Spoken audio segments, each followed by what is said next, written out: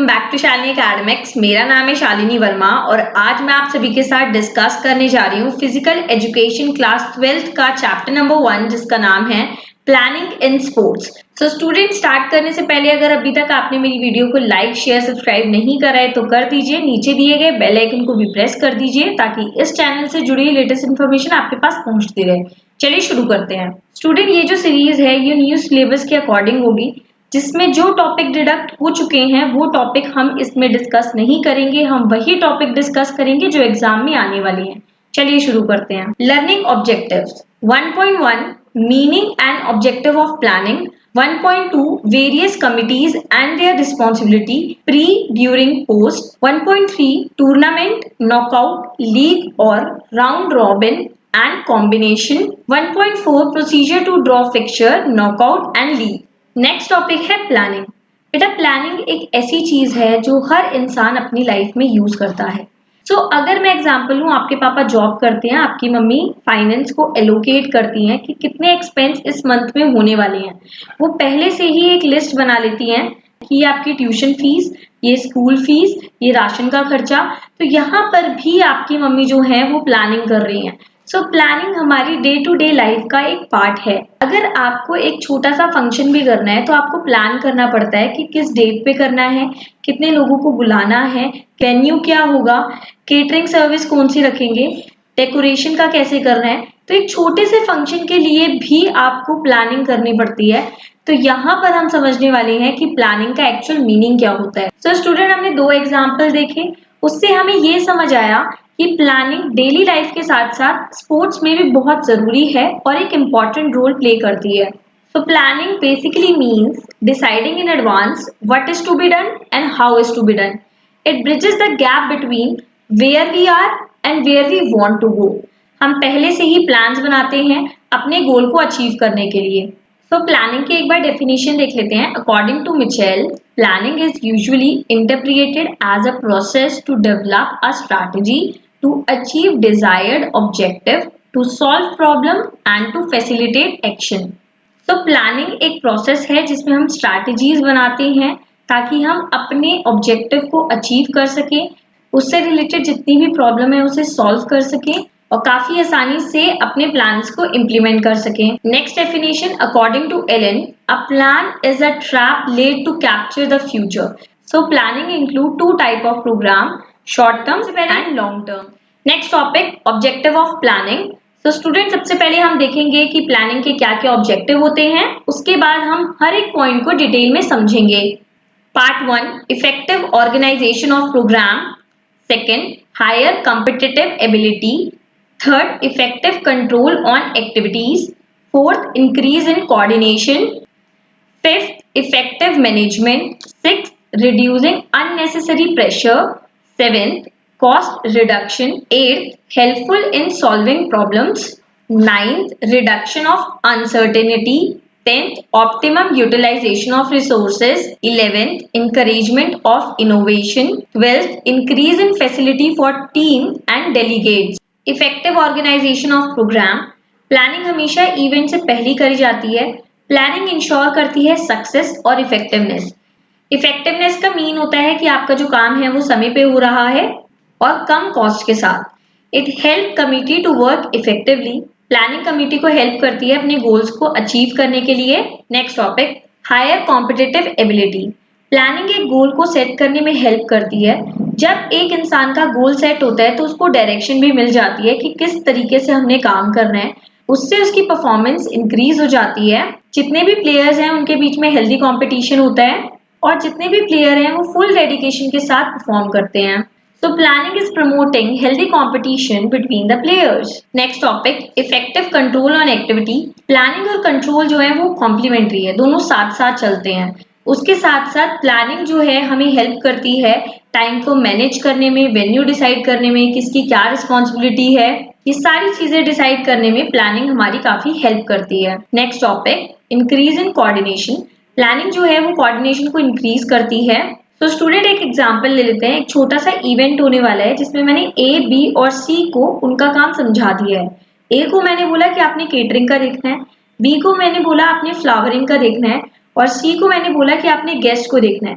तो मैंने क्या करा, मैंने इनके बीच में इनकी ड्यूटीज को एलोकेट कर दिया, जिसकी वजह से ये आपस में कोऑर्डिनेट करेंगे और इनके बीच में लड़ाई नहीं होगी। तो प्लानिंग क्या होती है, पहले से डिसाइड कर देती है कि किसको क्या काम करना है, जिसकी वजह से ओवरलैपिंग नहीं होती है, वेस्टेज नहीं होती है, लोगों के बीच में कोऑर्डिनेशन बनी रहती है। ये इसका एडवांटेज है। Next topic, effective management. Planning help करती है smooth flow of organisational task, कि ऑर्गेनाइजेशन में जितने भी टास्क हैं वो बड़े आराम से हो जाएं, क्योंकि हमने पहले से ही जितना भी काम है उनको डिवाइड कर दिया है ABC में, सबको अपना काम पता है।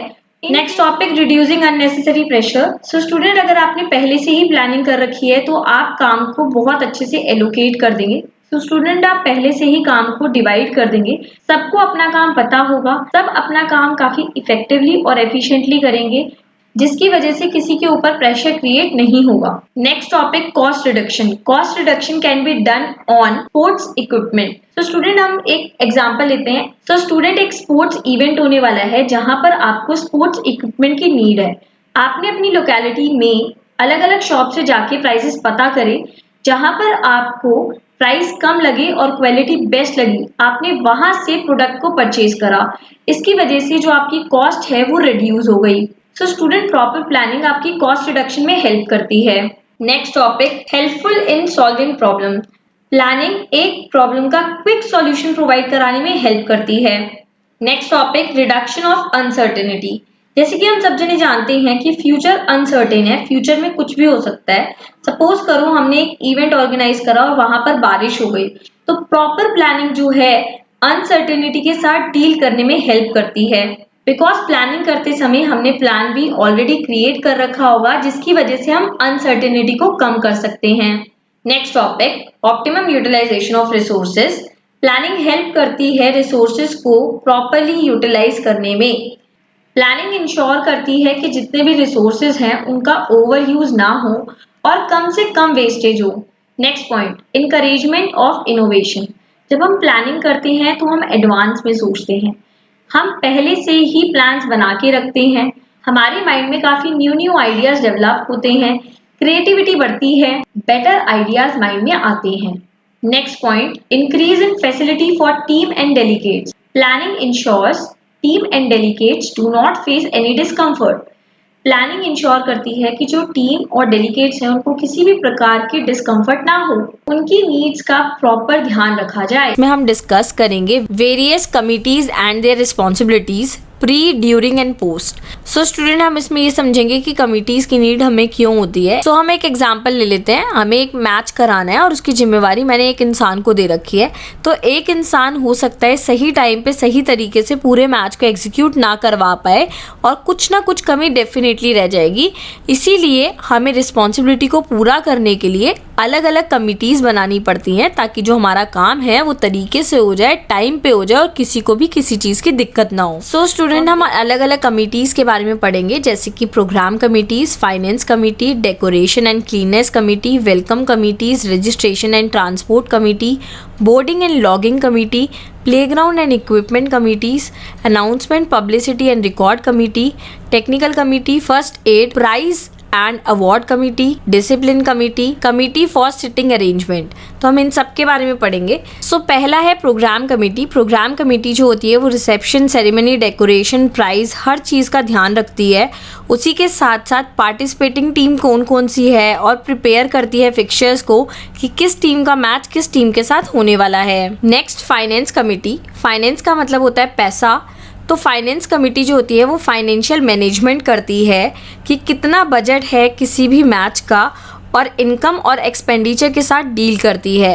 Next, decoration and cleanliness committee. ये जो कमेटी होती है वो रिस्पॉन्सिबल होती है डेकोरेशन के लिए और क्लीनिनेस के लिए। सही टाइम पे सही तरीके से चीज़ों को एग्जीक्यूट करवाना इसका रिस्पॉन्सिबिलिटी होती है।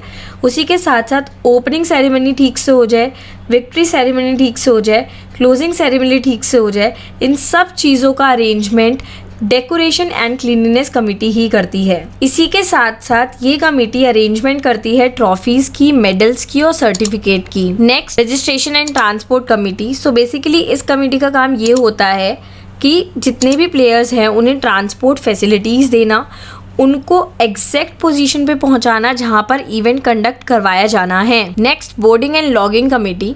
सो बेसिकली ये कमेटी जो होती है रिस्पॉन्सिबल होती है एकोमोडेशन के लिए कि प्लेयर्स को कहाँ ठहराया जाएगा, उसी के साथ साथ किस तरीके का खाना उन्हें प्रोवाइड कराया जाएगा। तो ये सारी रिस्पॉन्सिबिलिटी इस कमेटी की होती है। Next, playground and equipment committee.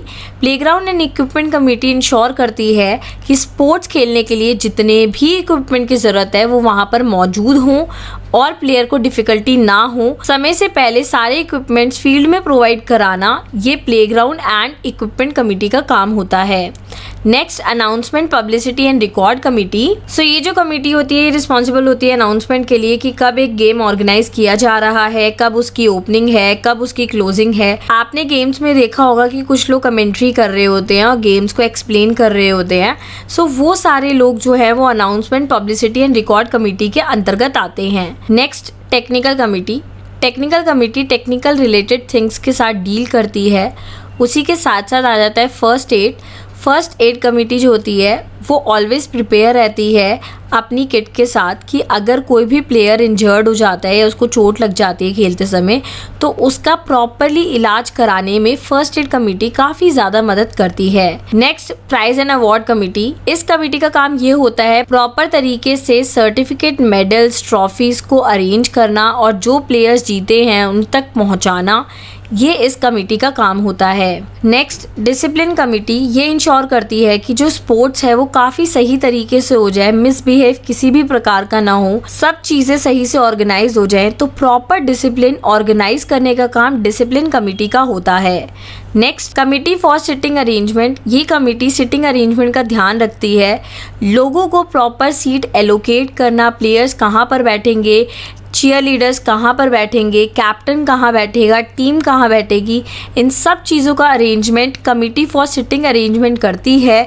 और इसी के साथ साथ ये सारी कमेटी काफ़ी ज़्यादा मदद करती हैं एक गेम को, एक स्पोर्ट्स को सही तरीके से होने में। सो आई होप आपको समझ आया होगा कि किस तरीके से ये कमेटीज़ काम करती हैं। सो स्टूडेंट्स, आज हम बात करेंगे फिक्चर्स के बारे में। फिक्चर्स क्या होते हैं, किस तरीके से आपको फिक्चर ड्रॉ करने होते हैं। इसका एग्जाम में डेफिनेटली एक क्वेश्चन आता है और काफ़ी ज़्यादा मार्क्स का आता है। इनमें से MCQ भी बनते हैं। तो किस तरीके के क्वेश्चंस बनेंगे, किस तरीके से आपने अप्लाई करना है वो देख लेते हैं। So first topic is tournament. Tournament basically वो होता है जहाँ पर बहुत सारी टीम्स आपस में आके compete करती हैं और जो टीम्स आपस में compete करती हैं, जो हारती चली जाती हैं उनको एलिमिनेशन मिल जाता है, वो टूर्नामेंट से आउट हो जाती हैं। फॉर एग्जाम्पल टीम 1 और टीम 2 आपस में compete कर रहे हैं जिसमें से टीम 1 जो है वो हार जाती है। तो इसी के साथ साथ ये जो टीम है वो टूर्नामेंट से आउट हो जाएगी और वो आगे परफॉर्म नहीं करेगी। तो चलिए डेफिनेशन देख लेते हैं। Tournament is a series of sports event played at a determined time and venue and and with one team being declared the winner. So tournament एक सीरीज ऑफ स्पोर्ट्स है जहाँ पर एक पर्टिकुलर टाइम और venue fix कर दिया जाता है जहाँ पर सारी टीम्स आएंगी और आपस में compete करेंगी और फाइनली एक विनर को डिक्लेयर करा जाता है कि ये पर्टिकुलर टीम जो है इस टूर्नामेंट की विनर है। सो अब हम बात करेंगे फिक्चर्स के बारे में। सो फिक्चर्स जो होते हैं वो हमें ये बताते हैं कि कौन सी टीम किस टीम के साथ compete करेगी और किस दिन उनका मैच होने वाला है, और जिस दिन उनका मैच होगा वो दोनों ही टीम उस दिन मौजूद होनी चाहिए और जब वो आपस में compete करेगी तो हमें विनिंग और लूजिंग टीम का पता चलेगा और जो लूजिंग टीम होगी उसको हम एलिमिनेट कर देंगे इन नॉकआउट टूर्नामेंट। अब हमने यही चीज देखनी है कि कौन सी टीम किस टीम के साथ compete करने वाली है, उसको हम कैसे डिसाइड करते हैं, किस तरीके से प्रॉपर फिक्चर्स बनाए जाते हैं। तो चलिए देख लेते हैं। सो टूर्नामेंट के बेसिकली दो टाइप होते हैं, एक होता है नॉकआउट टूर्नामेंट और एक होता है लीग और राउंड रॉबिन टूर्नामेंट। सो इन दोनों में ही अलग अलग तरीके से फिक्चर्स ड्रॉ करे जाते हैं। सबसे पहले हम डिस्कस कर लेते हैं नॉकआउट टूर्नामेंट के बारे में। Knockout tournament, a team gets eliminated from the tournament if it is loses. तो टीम को एलिमिनेट कर दिया जाता है अगर वो हार जाती है। सो नॉकआउट टूर्नामेंट के फिक्चर्स दो तरीके से बनाए जाते हैं, एक होता है ऑड केस और दूसरा होता है इवन केस। सो अब हम बात करेंगे बाय की। बाय एक स्पेशल प्रेफरेंस होती है जो टीम्स को दी जाती है। फॉर एग्जाम्पल बहुत सारी टीम आपस में compete कर रही हैं तो उनमें से कुछ टीम्स ऐसी होती है जिनको बाय दी जाती है। बाय एक स्पेशल प्रेफरेंस है जिसमें उस टीम को सीधा आगे के राउंड्स में भेज दिया जाता है फर्स्ट राउंड ना खिलाते हुए। सो ये किस टीम को दी जाती है? जिनकी परफॉर्मेंस पिछले साल अच्छी रही उनको बाय दे दी जाती है। सो नॉकआउट टूर्नामेंट ऑड और इवन में अलग अलग केसेस होते हैं। ऑड में बाय दी जाती है, इवन में बाय दी भी जाती है और बाय नहीं भी दी जाती है। तो किस तरीके से हम इसको ड्रॉ करेंगे वो चीज़ हम समझेंगे। सो केसेस समझने से पहले सबसे पहले ज़रूरी ये हो जाता है ऑड और इवन के बारे में समझना। इवन वो नंबर होते हैं जो 2 से डिविजिबल हो जाते हैं, फॉर एग्जाम्पल 0, 2, 4, 6, 8। अगर ये नंबर यूनिट डिजिट पे आते हैं तो ये सारे नंबर्स इवन नंबर होते हैं, या फिर वो नंबर्स जो 2 से पूरे डिवाइड हो जाते हैं वो इवन नंबर होते हैं, और वो नंबर जो 2 की टेबल में नहीं आते हैं वो आपके ऑड नंबर होते हैं। सो ऑड केस में मैंने 5 टीम्स लिए हैं, 1 2 3 4 5। इसमें से मैं टीम 3 को बाय दे देती हूँ। मैंने ऐसा इसलिए करा ताकि 1 और 2 आपस में मैच कर लें और 4 और 5 आपस में मैच कर लें, तो इसीलिए टीम 3 को जो है वो बाय दी गई है। अब इवन केस देख लेते हैं। यहाँ पर आप देख सकते हैं टोटल 4 टीम है जिसमें से सारी टीम्स आपस में कम्पीट कर सकती हैं। 1 और 2 आपस में कम्पीट कर रही हैं, 3 और 4 आपस में कम्पीट कर रही हैं। तो यहाँ पर कोई भी एक ऐसी टीम नहीं है जो एक्स्ट्रा में है या फिर जिसको बाय दी जानी चाहिए। तो इवन में एक कंडीशन होती है, आप बाय दे भी सकते हो और बाय नहीं भी दे सकते हो। इसका भी एक फॉर्मूला होता है बाय निकालने का, जिससे हमें पता चलता है कि इन टीम्स को बाय देनी है या नहीं देनी है। Next, steps for even number of knockout teams. तो नॉकआउट टीम्स में अगर इवन नंबर ऑफ टीम्स है तो किस तरीके से उनका फिक्सचर बनेगा, क्या फॉर्मूला होगा, हम वो चीज़ डिस्कस करेंगे। Number of team capital N से डिनोट करी जाती हैं। Number of team in upper half, इसका फॉर्मूला होता है n/2। Number of team in lower half, इसका फॉर्मूला होता है n/2। नंबर ऑफ बायज निकालने का फॉर्मूला होता है 2 की power n minus capital N। Round निकालना है तो उसमें आप छोटा वाला n ले सकते हैं और आपके टोटल राउंड्स आपको मिल जाएंगे। तो चलिए देख लेते हैं किस तरीके से हम फिक्सचर ड्रॉ करेंगे इवन केस में। सो हम टीम 14 के लिए फिक्सचर ड्रॉ करेंगे। तो टोटल नंबर ऑफ टीम आपकी 14 है। अगर आपको number of team in upper half निकालना है तो आपको n/2 करना होगा, विच मीन्स 14/2। 14/2 जो है वो 7 होता है। तो 7 टीम्स आपकी अपर हाफ में आएंगी। सिमिलरली लोअर हाफ में भी सेम ही फॉर्मूला लगता है n/2। So 14/2 is equals to 7। तो जितनी ऊपर टीम जाएंगी उतनी नीचे ही टीम रखेंगे। सो नंबर ऑफ बाय निकालने के लिए फॉर्मूला होता है 2 की power n minus n। So number of team जो है वो हमारी 14 है। तो 14 से बड़ी जो पावर होती है आप देख सकते हैं, जैसे 2 की पावर 3 जो है वो 8 है और 2 की पावर 4 जो है वो 16 है और 14 इन दोनों के बीच में लाई करता है। तो हमने हमेशा इससे बड़ा वाला नंबर लेना है। सो विच मीन्स मैं यहाँ पर लिखूंगी 2 की पावर 4 माइनस 14। तो 2 की पावर 4 होता है 16 माइनस 14। तो आपने 2 बाय देनी है, ठीक है। वहीं पे अगर मुझे नंबर ऑफ राउंड निकाल रहे हैं तो यहाँ पर ये जो पावर आई थी ना, दिस पावर, यही हमारे नंबर ऑफ राउंड होते हैं। तो आप नंबर ऑफ मैचेस भी निकाल सकते हैं। फॉर्मूला होता है n-1। तो आपकी टोटल टीम जो है वो है 14 माइनस 1। तो टोटल 13 मैचेस जो हैं वो होने हैं। सो फिक्सचर ड्रॉ करने से पहले आपने इस तरीके से एक फॉर्मेट बना लेना है। अगर आपकी 14 टीम्स है तो यहाँ पर आप 14 नंबर लिखेंगे। देन आप यहाँ पर देख सकते हैं कि यहाँ पर टोटल 4 राउंड होने वाले हैं। सो यहाँ पर मैंने 1 2 3 4 राउंड इस तरीके से बना दिया है। सो हमने 14 टीम के फिक्सचर में टोटल 2 बाय देनी है। तो बाय किस तरीके से दी जाती है अब हम वो समझेंगे। सो नंबर ऑफ राउंड्स के बारे में जान लेने के बाद हम डिवाइड करेंगे टीम्स को अपर हाफ और लोअर हाफ में। आप देख सकते हैं कि यहाँ पर 7 टीम्स जो है वो अपर हाफ में आएंगी और 7 आएंगी लोअर हाफ में। सो हम 7 टीम्स को अपर हाफ में डिवाइड करेंगे और 7 टीम्स को हम लोअर हाफ में डिवाइड करेंगे, इस तरीके से डॉटेड लाइन की हेल्प के थ्रू। अब हम बात करेंगे बाय की। तो आप देख सकते हैं कि हमने टोटल 2 बाय देनी है। बाय किस तरीके से दी जाती है वो हम समझ लेते हैं। सो अभी मैं इस क्वेश्चन को साइड में रखते हुए आपको बाय देना सिखाती हूँ। पहली बाय जो है वो सबसे नीचे वाले को दी जाती है। नेक्स्ट बाय जो है आपने अपर हाफ में से सबसे फर्स्ट वाले को देनी है। देन आपने थर्ड बाय देनी है। तो लोअर हाफ में जो सबसे ऊपर लिखा होगा उसी को आप थर्ड बाय देंगे। सो जो फोर्थ बाय है वो आपकी अपर हाफ में दी जाएगी। सो इसी तरीके से होता है, पहली बाय लोअर हाफ में, सेकंड अपर हाफ में, थर्ड लोअर हाफ में, फोर्थ अपर हाफ में। सो यहाँ पर दी जाएगी आपकी फोर्थ बाय, ठीक है। सिमिलरली जो फिफ्थ बाय है वो कहाँ दी जाएगी, लोअर हाफ में, और कहाँ पर दी जाती है, यहाँ पर। इसी तरीके से ये जो सिलसिला है वो चलता चला जाता है। तो इस तरीके से हमने बाय का कॉन्सेप्ट समझ लिया, लेकिन जैसे कि आप जानते हैं कि 14 टीम के फिक्चर्स में हमने 2 बाय देनी है सिर्फ, तो बाकी की जो बाय है वो मैं हटा देती हूँ। सो वो टीम जिनको बाय नहीं मिली है उनके हम मैचेस कराते हैं। फॉर एग्जांपल फर्स्ट और सेकंड का मैच हुआ, फोर्थ और फिफ्थ का होगा, सिक्स्थ और सेवेंथ, 8 और 9th, 10, 11, 12, 13। सो अब हम सपोज करते हैं कि सेकंड और थर्ड में से जो है वो थर्ड टीम जीत चुकी है, फोर्थ और फिफ्थ में से फिफ्थ टीम जीत चुकी है, सिक्स्थ और सेवेंथ में से सेवेंथ टीम जीत चुकी है, 8th 9th में से 9th टीम, 11th टीम और यहाँ पर जीत चुकी है 12th टीम।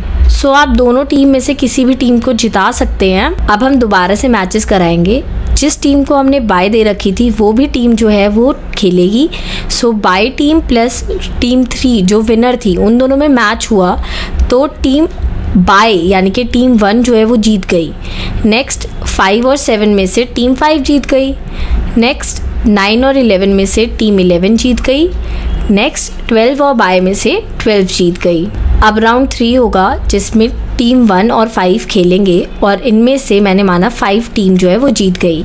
11 और 12 में से टीम 11 जीत गई। अब लास्ट राउंड होगा जिसमें 5 और 11 आपस में compete करेंगे और हम ये मान लेते हैं कि टीम 5 जीत गई है। सो ओवरऑल इस मैच का जो विनर है वो टीम 5 है और इस तरीके से आप टीम 14 का फिक्चर ड्रॉ करेंगे। अब मैं बात करूंगी नेक्स्ट फिक्चर के बारे में जिसमें हमें बाय नहीं देनी होती है। For example number of team जो है वो 8 है तो अपर हाफ का फॉर्मूला होता है n/2 which means 8/2 which is 4। Next n/2 which means 8/2 is equals to 4। Number of bye देने का फॉर्मूला होता है 2 की power n minus capital N। So यहाँ पर आप देख सकते हैं कि 2 की पावर 1 जो होती है वो 2 होती है, 2 की पावर 2 इज़ 4, 2 की पावर 3 इज़ 8 एंड 2 की पावर 4 इज़ 16। तो आप देख सकते हैं कि यहाँ पर जो 2 की पावर 3 है वो ऑलरेडी नंबर ऑफ टीम को कवर कर रही है। सो 8 माइनस 8 बिकॉज 2 की पावर 3 क्या होता है 8 होता है। सो 8 और ये टीम है, ठीक है, यहाँ पर 8 आ गया। सो ये जब कैंसिल करूँगी तो 0 बाय आ रहा है। सो इस तरीके से जो नंबर ऑफ 8 टीम्स हैं उसमें 0 बाय दी जाती है। और राउंड कितने होंगे यहाँ आप देख सकते हैं, कितना लिखा हुआ है 3, तो 3 राउंड होंगे। अब किस तरीके से इसका फिक्चर बनेगा वो देख लेते हैं। तो सबसे पहले आप देख लीजिए कि अपर हाफ और लोअर हाफ में डिवाइड करना है। 4 टीम ऊपर होंगी और 4 टीम नीचे होंगी। तो हम इस तरीके से एक लाइन लेके चले जाएंगे। नेक्स्ट नंबर ऑफ बाय 0 है तो हमें किसी भी टीम को साइड में नहीं बिठा रहे हैं, हमें सिर्फ मैचेस करानी है। सो 1 और 2 का मैच जो होगा उसमें टीम 1 जीत गई है, 3 और 4 में टीम 4 जीत गई है, 5 और 6 में 5 जीत गई है, 7 और 8 में 7 जीत गई है। नेक्स्ट राउंड में 1 और 4 का राउंड होगा जिसमें टीम 1 जीत गई है। सिमिलरली 5 और 7 में 7 जीत गई है। 1 और 7 का जब राउंड होगा तो मैं ये मान लेती हूँ कि टीम 7 जीत चुकी है। सो यही हमारा विनर होगा और इस तरीके के फिक्चर ड्रॉ करना काफ़ी आसान हो जाता है। सो स्टूडेंट अब हम बात करेंगे नॉकआउट फिक्चर्स में ऑड नंबर ऑफ टीम के लिए किस तरीके से फॉर्मूलाज डिसाइड होते हैं और किस तरीके से हम फिक्चर्स को ड्रॉ करते हैं। So first is number of team जो कि n से डिनोट करा जाता है। Number of team in upper half इसका फॉर्मूला होता है n+1/2। Number of team in lower half इसका फॉर्मूला होता है n-1/2। Next number of bye का फॉर्मूला सेम है 2 की पावर n माइनस n। तो नंबर ऑफ राउंड डिसाइड करे जाते हैं इस स्मॉल n से। Next number of bye in upper half. Yes, अब आपको अपर हाफ और लोअर हाफ की बाइज निकालनी है। उसका फॉर्मूला बहुत ही आसान है, वो है number of bye -1/2। Next number of bye +1/2।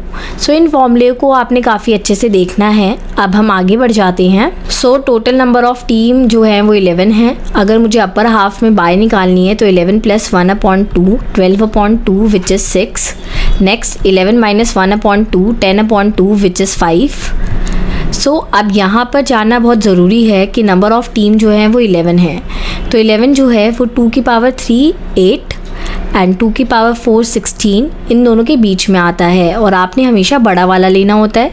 सो 2 की पावर 4 - 11 16 - 11 इज़ 5। सो टोटल आपने 5 बाय देनी है। नेक्स्ट राउंड कितने होने वाले हैं, 2 की पावर जो है वो 4 है, सो 4 राउंड होंगे। Next number of byes. So total number of bye जो है वो 5 है, तो 5 माइनस 1/2 4/2 तो 2 आएगा। सिमिलरली 5 प्लस 1/2 6/2 यहाँ आएगा 3। तो आपने अपर हाफ में 2 बाय देनी है और लोअर हाफ में आपने 3 बाय देनी है। तो फिक्सचर ड्रॉ करने से पहले आप देख लीजिए नंबर ऑफ राउंड जो है वो 4 है। सो इस तरीके से आप राउंड 1, 2, 3 एंड 4 लिख देंगे। अपर हाफ में जो टीम है वो है 6 और लोअर हाफ में है 5, तो इसको डिस्ट्रीब्यूट कर देते हैं। तो इस तरीके से बीच में से एक डॉटेड लाइन जाएगी और वो 6 और 5 रेशियो में इनको डिवाइड कर देगी। ऊपर 6 टीम होंगी, सिमिलरली नीचे 5 टीम्स होंगी। अब हम बाय देना शुरू करेंगे। टोटल बाय जो है वो 5 हैं, जिसमें से अपर हाफ में 2 बाय देनी है और लोअर हाफ में 3 बाय देनी है। सो बाय देना मैंने आपको सिखाया था। सबसे पहले नीचे वाले को एक बाय दी जाती है, देन यहाँ पर बाय दी जाती है, देन थर्ड बाय हम यहाँ देते हैं, फोर्थ यहाँ देते हैं और फिफ्थ बाय यहाँ दी जाती है। तो आप देख सकते हैं कि अपर हाफ में 2 बाय हैं और लोअर हाफ में 3 बाय हैं। अब हम रिमेनिंग टीम्स के मैचेस कराएंगे। सो 2 और 3 का मैच होगा, 4 और 5 का मैच होगा, 8 और 9 का मैच होगा। सो यहाँ पर 3 is the winner, 4 is the winner, 8 is the winner. Next round में अब हम उन टीम के मैचेस कराएंगे जो बाय में थी। सो 2 और 3 का मैच होगा। सो 3 इज़ विनर, 4 एंड बाय जो 6th टीम थी उनका जब मैच हुआ तो team 6 is winner. Next in दोनों में 8 इज़ विनर और इन दोनों में 10th टीम इज़ विनर। अब नेक्स्ट राउंड होगा जिसमें 3 और 6 का राउंड होगा। सो 6 is winner, next 10 is winner, at the end 6 is winner. तो आप किसी को भी विनर घोषित कर सकते हो, बट ये ज़रूर ध्यान रखना कि किस टीम को बाय देनी है और किस तरीके से बाय देनी है। सो आज हम बात करने वाले हैं सीडिंग मेथड के बारे में। तो हमने इससे पहले ये समझा था कि टीम्स जो है उन्हें बाय दी जाती हैं। सो बाय क्यों दी जाती है? जब हम मैचेस कराते हैं तो कोई ना कोई एक टीम जो है वो बच जाती है खेलने के लिए, तो उसको हम साइड में बिठा देते हैं कि आप नेक्स्ट मैच में कंटिन्यूएशन में खेल लीजिएगा। बट सीडिंग जो है वो उससे थोड़ा सा अलग है, बिकॉज सीडिंग उस टीम को दी जाती है जो ऑलरेडी बहुत स्ट्रांग है और वो स्टार्टिंग में आउट ना हो जाए, लोगों का इंटरेस्ट खत्म ना हो जाए, इसीलिए उनको सीडिंग दी जाती है। उनको ये बोला जाता है क्योंकि आप स्ट्रांग टीम है, लोगों का इंटरेस्ट बरकरार रखने के लिए, इसीलिए आपको जो है हम सीडिंग दे रहे हैं। आप नेक्स्ट मैच में खेलिएगा, उससे क्या होता है लोगों का इंटरेस्ट बरकरार रहता है और लोग एंड तक उस मैच को, उस टूर्नामेंट को देखते हैं। चलिए सीडिंग मेथड की डेफिनेशन देख लेते हैं। The teams that get seeding will go straight to play in the quarter final. यानी कि वो टीम्स जिनको सीडिंग्स मिलती हैं वो सीधा क्वार्टर फाइनल में खेलते हैं और इसी को हम सीडिंग मेथड बोलते हैं। Why are we seeding? चलिए एग्जाम्पल से समझते हैं। सो यहाँ पर 4 टीम है A B C D और मैंने ये एजम्पशन ली है कि A और B टीम काफ़ी स्ट्रॉन्ग टीम है, वहीं पे C और D टीम काफ़ी वीक टीम है। तो होता ये है कि मैंने A और B का मैच कराया जिसमें से A विनर हो जाता है और C और D में से मैंने मैच कराया जिसमें से D विनर हो जाता है। सो यहाँ पर क्या होगा ना, जो हमारी ऑडियंस होगी वो आगे का मैच देखने ही नहीं आएंगे, बिकॉज उन्हें पता होगा कि जो स्ट्रॉन्ग टीम है A वही जीतने वाली है, तो देखना बेकार है। इस तरीके से सीडिंग देना बहुत इंपॉर्टेंट हो जाता है ताकि जो टूर्नामेंट है उसमें से स्ट्रॉन्ग टीम आउट ना हो, लोगों का इंटरेस्ट बरकरार रहे, इसीलिए हम सीडिंग देते हैं। सो आप इसको पूरा पढ़ सकते हैं, आपको प्रॉपरली समझ आ जाएगा कि किस तरीके से सीडिंग बहुत इंपॉर्टेंट हो जाता है। सो अब हम बात करेंगे स्पेशल सीडिंग के बारे में। सो जो स्पेशल सीडिंग होती है वो थोड़ी सी हटके होती है। जैसे हमने नॉर्मल सीडिंग में देखा कि टीम को रोक दिया जाता है फर्स्ट राउंड में खेलने के लिए ताकि जो लोगों का इंटरेस्ट है वो बरकरार रहे, जबकि स्पेशल सीडिंग में जो टीम है उनको सीधा क्वार्टर फाइनल या फिर सेमीफाइनल में भेज दिया जाता है ताकि जो लोगों का इंटरेस्ट है वो बरकरार रहे और वो एंड तक मैचेस को देखें। सो यहाँ पर हम बोल सकते हैं कि कुछ टीम्स के साथ VIP ट्रीटमेंट किया जा रहा है जिनको सीधा क्वार्टर फाइनल या सेमीफाइनल में भेजा जा रहा है इंस्टेड ऑफ स्टार्टिंग के मैचेस करा के। सो आई होप आपको समझ आया होगा। सीडिंग जो होता है उसमें एक मैच के लिए, एक राउंड के लिए टीम्स को रोक दिया जाता है, वहीं पे स्पेशल सीडिंग में टीम को सीधा एंड के मैचेस में भेज दिया जाता है कि आप सीधा वहीं पे जाके परफॉर्म करें। आगे मूव करते हैं। Fixture on league basis. तो अब हम ये देखेंगे कि लीग बेसिस पे किस तरीके से फिक्सचर ड्रॉ करे जाते हैं। सो सबसे पहले मैं आपको ये बता देना चाहती हूँ कि लीग बेसिस पे इनको 3 पार्ट्स में बांटा गया है। टोटल 3 मेथड्स होते हैं। First is cyclic method, second is staircase method and third one is tabular method. अब हम इन मेथड के बारे में काफी अच्छे से समझेंगे। First method is cyclic method. ये जो मेथड होता है ये एक व्हील की तरह मूव करता है। इसमें नंबर ऑफ मैचेस काफी ज्यादा होते हैं। उसी के साथ साथ जो टीम्स होती हैं वो बाकी सारी टीम्स के साथ जो है वो पार्टिसिपेट करती है, या फिर हम ये बोल सकते हैं हर एक टीम का मैच बाकी दूसरी टीम्स के साथ होता है। सो ये साइक्लिक मेथड का फॉर्मूला है, आप देख सकते हैं the formula to calculate number of matches. तो किस तरीके से आप नंबर ऑफ मैचेस को कैलकुलेट करेंगे, n मल्टीप्लाई n-1/2। सो ये नंबर ऑफ मैचेस निकालने का फॉर्मूला है। सपोज आपकी टीम जो है वो 6 है, हमें निकालना है कि इसमें कितने मैचेस होंगे। तो जहाँ पर भी आपको n दिख रहा है वहाँ पर आप 6 को सब्स्टिट्यूट कर दीजिए।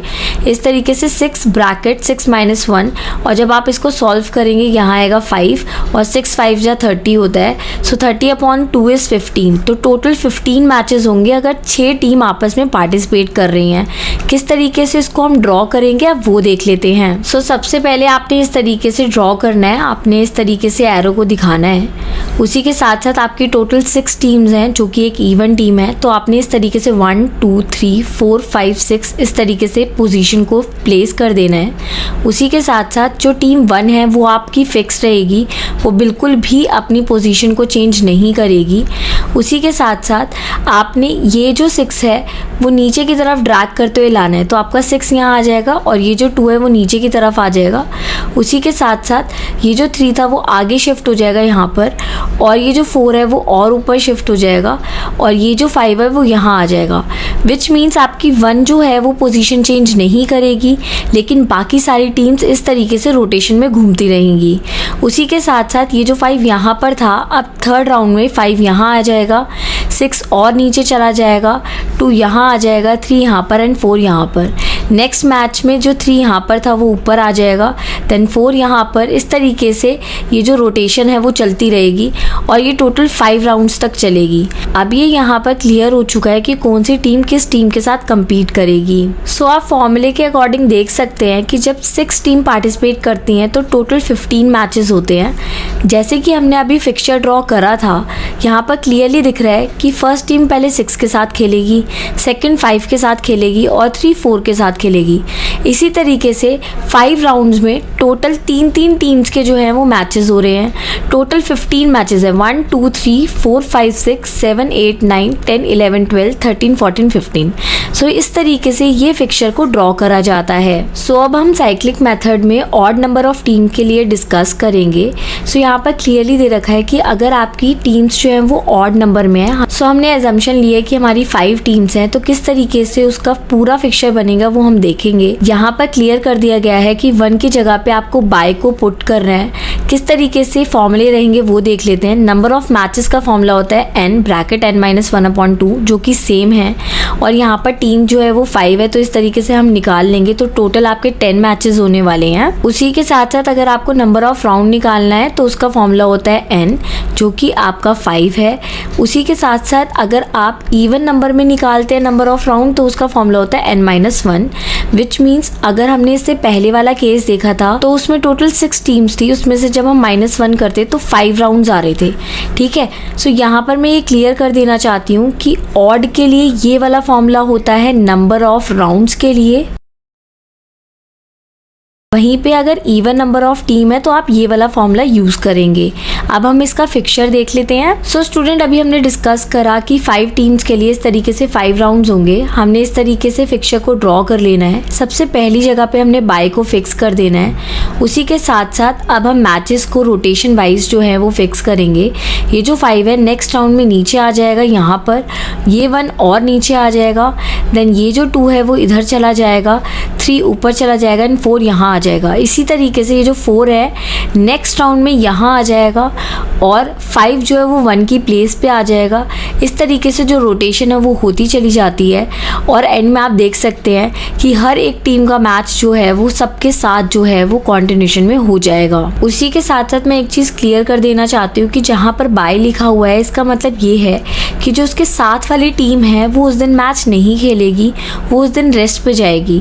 वहीं पे जो बाकी टीम्स हैं उनका मैच कॉन्टिन्यूशन में चलता रहेगा। सो स्टूडेंट, अब हम डिस्कस करेंगे staircase method. So number of team निकालने का फॉर्मूला होता है n, उसी के साथ साथ नंबर ऑफ राउंड का होता है n-1 और नंबर ऑफ मैचेस का होता है n ब्रैकेट n-1/2।